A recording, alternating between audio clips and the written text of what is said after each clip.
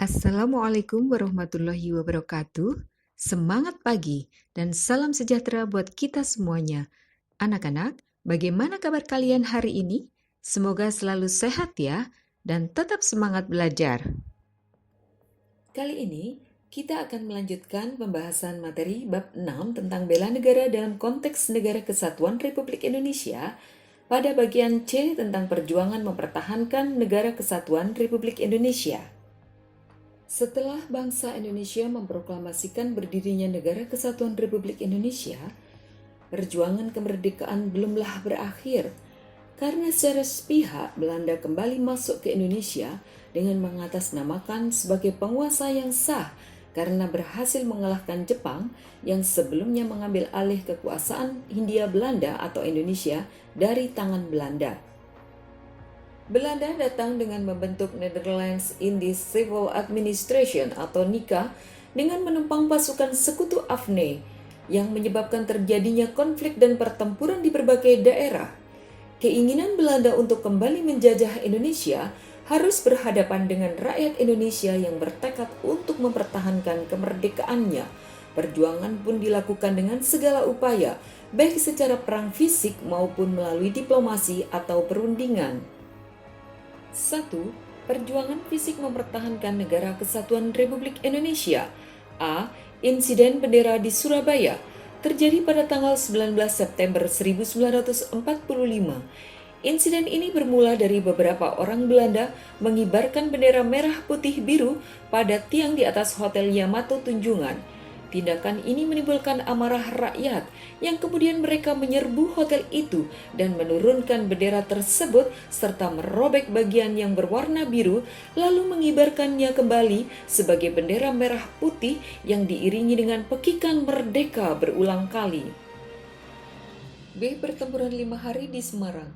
Pertempuran antara pasukan Jepang dengan rakyat Indonesia ini terjadi tanggal 15 sampai 20 Oktober 1945 di Semarang. Peristiwa ini berawal ketika para tawanan veteran Angkatan Laut Jepang dipindahkan dari Cepiring ke Bulu yang dikawal oleh polisi Indonesia. Namun di tengah perjalanan mereka melarikan diri dan bergabung dengan batalion Jepang yang dipimpin oleh Mayor Kido yang masih bersenjata di Jatingaleh, Semarang. Selanjutnya tersiar kabar bahwa Jepang menebarkan racun ke dalam cadangan air minum warga Semarang. Rakyat pun menjadi gelisah. Untuk memastikan hal tersebut, Dr. Karyadi selaku kepala laboratorium memberanikan diri untuk memeriksanya karena menyangkut nyawa ribuan warga Semarang. Namun di perjalanan Dr. Karyadi ditembak oleh Jepang dan beliau gugur sebagai kusuma bangsa.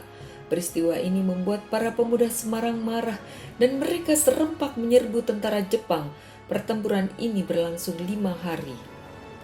C. Pertempuran Surabaya tanggal 10 November 1945. Pertempuran Surabaya ini diawali oleh mendaratnya Brigadir 29 dari Divisi India ke-23 di bawah pimpinan Brigadir Malabi pada tanggal 25 Oktober 1945.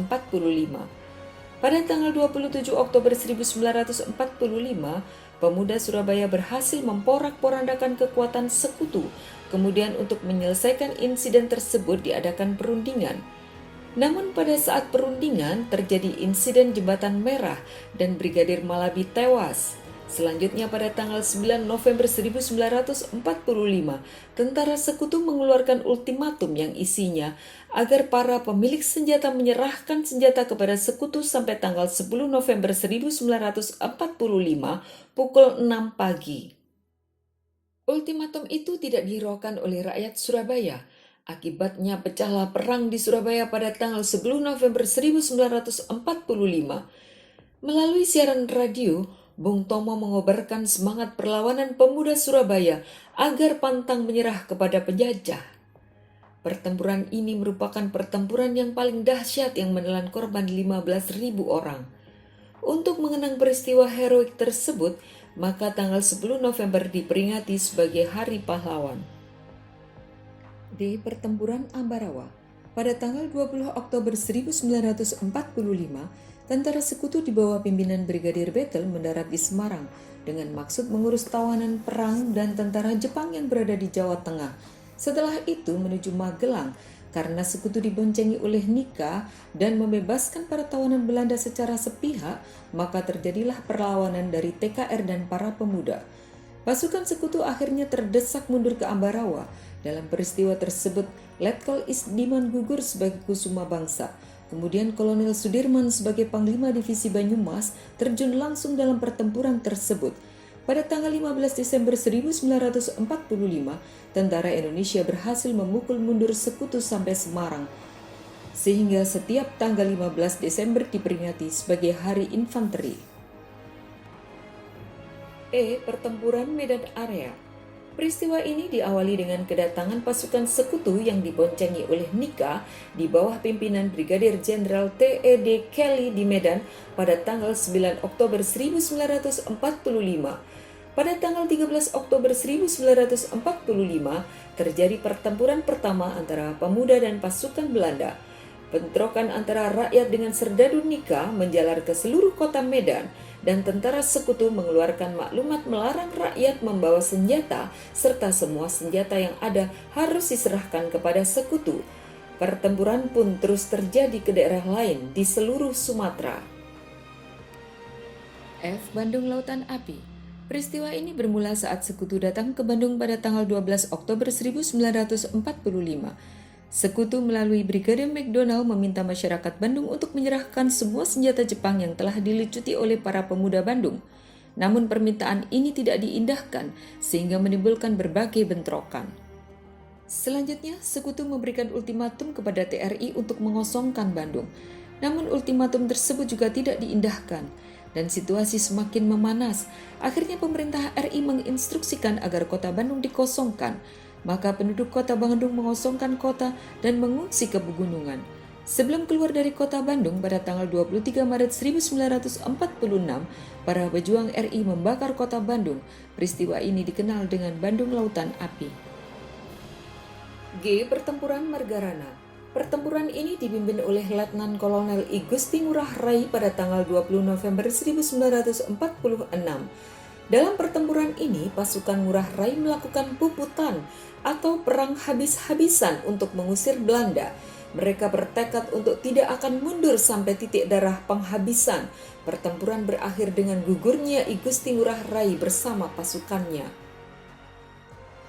Perlawanan terhadap agresi militer Belanda. Belanda selalu berusaha menguasai Indonesia dengan berbagai cara. Berbagai perundingan yang dilakukan seringkali dilanggar dengan berbagai alasan. Untuk menguasai seluruh wilayah Indonesia, Belanda melancarkan agresi militer sebanyak 2 kali. Agresi militer pertama dilaksanakan pada tanggal 21 Juli 1947. Agresi kembali dilakukan pada tanggal 19 Desember 1948 yang diawali dengan serangan terhadap Yogyakarta, ibu kota Indonesia saat itu. Perang gerilya. Perlawanan bangsa Indonesia juga menggunakan strategi perang gerilya, yaitu perang dengan berpindah-pindah tempat, sewaktu-waktu menyerang berbagai posisi tentara Belanda, baik di jalan maupun di markasnya. Salah satu perang gerilya dipimpin oleh Jenderal Sudirman yang bergerilya dari luar kota Yogyakarta selama 8 bulan, ditempuh kurang lebih 1000 km di daerah Jawa Tengah dan Jawa Timur. Tidak jarang Sudirman harus ditandu dan dikendong karena dalam keadaan sakit keras. 2. Perjuangan mempertahankan negara kesatuan Republik Indonesia melalui jalur diplomasi. Perundingan Linggarjati. Perundingan Linggarjati adalah suatu perundingan antara Indonesia dengan Belanda di Linggarjati, Jawa Barat pada tanggal 10-15 November 1946 yang menghasilkan persetujuan mengenai status kemerdekaan Indonesia. Perundingan Renville adalah perundingan yang dilakukan antara pemerintah Indonesia dan pihak Belanda dengan Komisi 3 negara, Amerika Serikat, Belgia, dan Australia sebagai perantaranya yang dilakukan di kapal Renville milik Amerika Serikat. Perjanjian Renville berhasil ditandatangani oleh kedua belah pihak pada tanggal 17 Januari 1948. Perjanjian Renville ini menyebabkan kedudukan Republik Indonesia semakin tersudut dan daerahnya semakin sempit. Saat itu pemerintah Indonesia menghadapi berbagai tantangan dan pergolakan, dan puncak dari pergolakan itu adalah pemberontakan PKI Madiun pada tahun 1948. Keadaan seperti itu dimanfaatkan pihak Belanda untuk melancarkan agresi militer kedua. C. Perundingan Romroyen. Perundingan Romroyen adalah perundingan yang dilakukan oleh Indonesia dengan pihak Belanda yang dilakukan di Jakarta pada tanggal 4 April 1949 atas inisiatif Komisi PBB. Namanya diambil dari kedua pemimpin delegasi yaitu Mr. Muhammad Rum dan Herman van Rooyen. Maksud pertemuan ini adalah untuk menyelesaikan beberapa masalah mengenai kemerdekaan Indonesia sebelum konferensi meja bundar di Den Haag. Dalam perundingan ini, pihak Belanda menuntut penghentian perang gerilya oleh Republik Indonesia. Akhirnya pada tanggal 7 Mei 1949 berhasil dicapai persetujuan antara pihak Belanda dengan pihak Indonesia. D. Konferensi Meja Bundar. Konferensi Meja Bundar atau KMB yang berlangsung di Den Haag pada tanggal 23 Agustus sampai 2 November 1949 berhasil mengakhiri konfrontasi fisik antara Indonesia dengan Belanda. Hasil konferensi tersebut yang paling utama adalah pengakuan dan penyerahan kedaulatan dari pemerintah Belanda kepada pemerintah Indonesia pada tanggal 27 Desember 1949 yang disepakati akan disusun dalam struktur ketatanegaraan yang berbentuk negara federal, yaitu Negara Republik Indonesia Serikat. Perjuangan melalui perundingan membuktikan bahwa bangsa Indonesia adalah bangsa yang cinta damai. Kita tidak mengutamakan kekerasan dalam menyelesaikan persoalan. Hal ini sesuai dengan budaya bangsa Indonesia yang tercermin dalam ideologi Pancasila. Kita mengutamakan persatuan dan kesatuan, mengutamakan musyawarah mufakat. Bangsa Indonesia adalah bangsa yang cinta damai, namun lebih mencintai kemerdekaan. 3. Ancaman terhadap Negara Kesatuan Republik Indonesia. Ancaman adalah setiap usaha dan kegiatan, baik dari dalam negeri maupun luar negeri, yang dinilai membahayakan kedaulatan negara, keutuhan wilayah negara, dan keselamatan segenap bangsa. Ancaman terhadap bangsa dan negara Indonesia terdiri atas ancaman militer dan ancaman non-militer. Ancaman militer adalah ancaman yang menggunakan kekuatan bersenjata dan terorganisasi.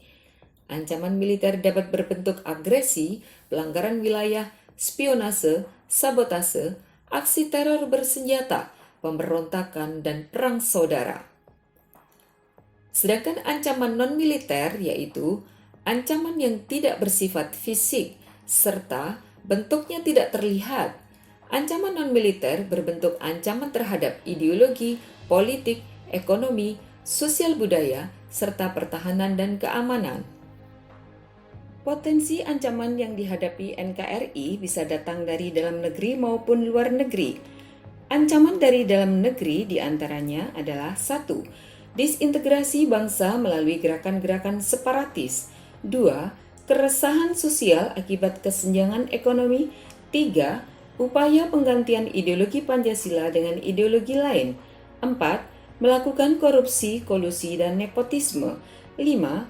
Penyalahgunaan narkoba, pornografi, pornoaksi, pergaulan bebas, tawuran, dan lain-lain. Ancaman dari luar negeri. Ancaman dari luar negeri yang harus diwaspadai pada saat ini adalah ancaman non-militer, yaitu ancaman terhadap ideologi, politik, ekonomi, sosial budaya, dan pertahanan keamanan. Ancaman terhadap ideologi, yaitu dengan masuknya ideologi lain seperti liberalisme, komunisme. Ancaman terhadap politik ditunjukkan dengan adanya campur tangan negara lain dalam urusan dalam negeri Indonesia.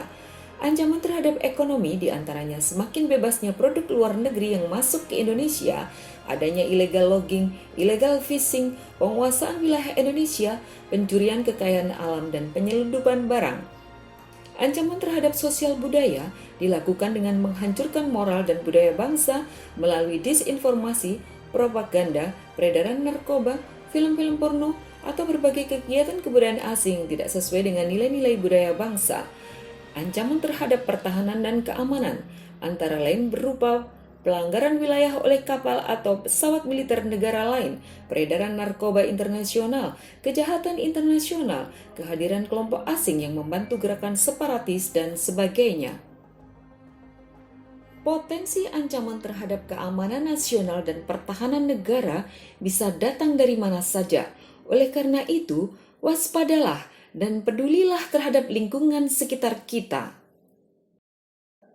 Anak-anak, demikian pembahasan materi bab 6 bagian 2. Semoga kalian bisa memahaminya dengan baik. Terima kasih atas perhatiannya dan sampai jumpa di pertemuan berikutnya. Wassalamualaikum warahmatullahi wabarakatuh.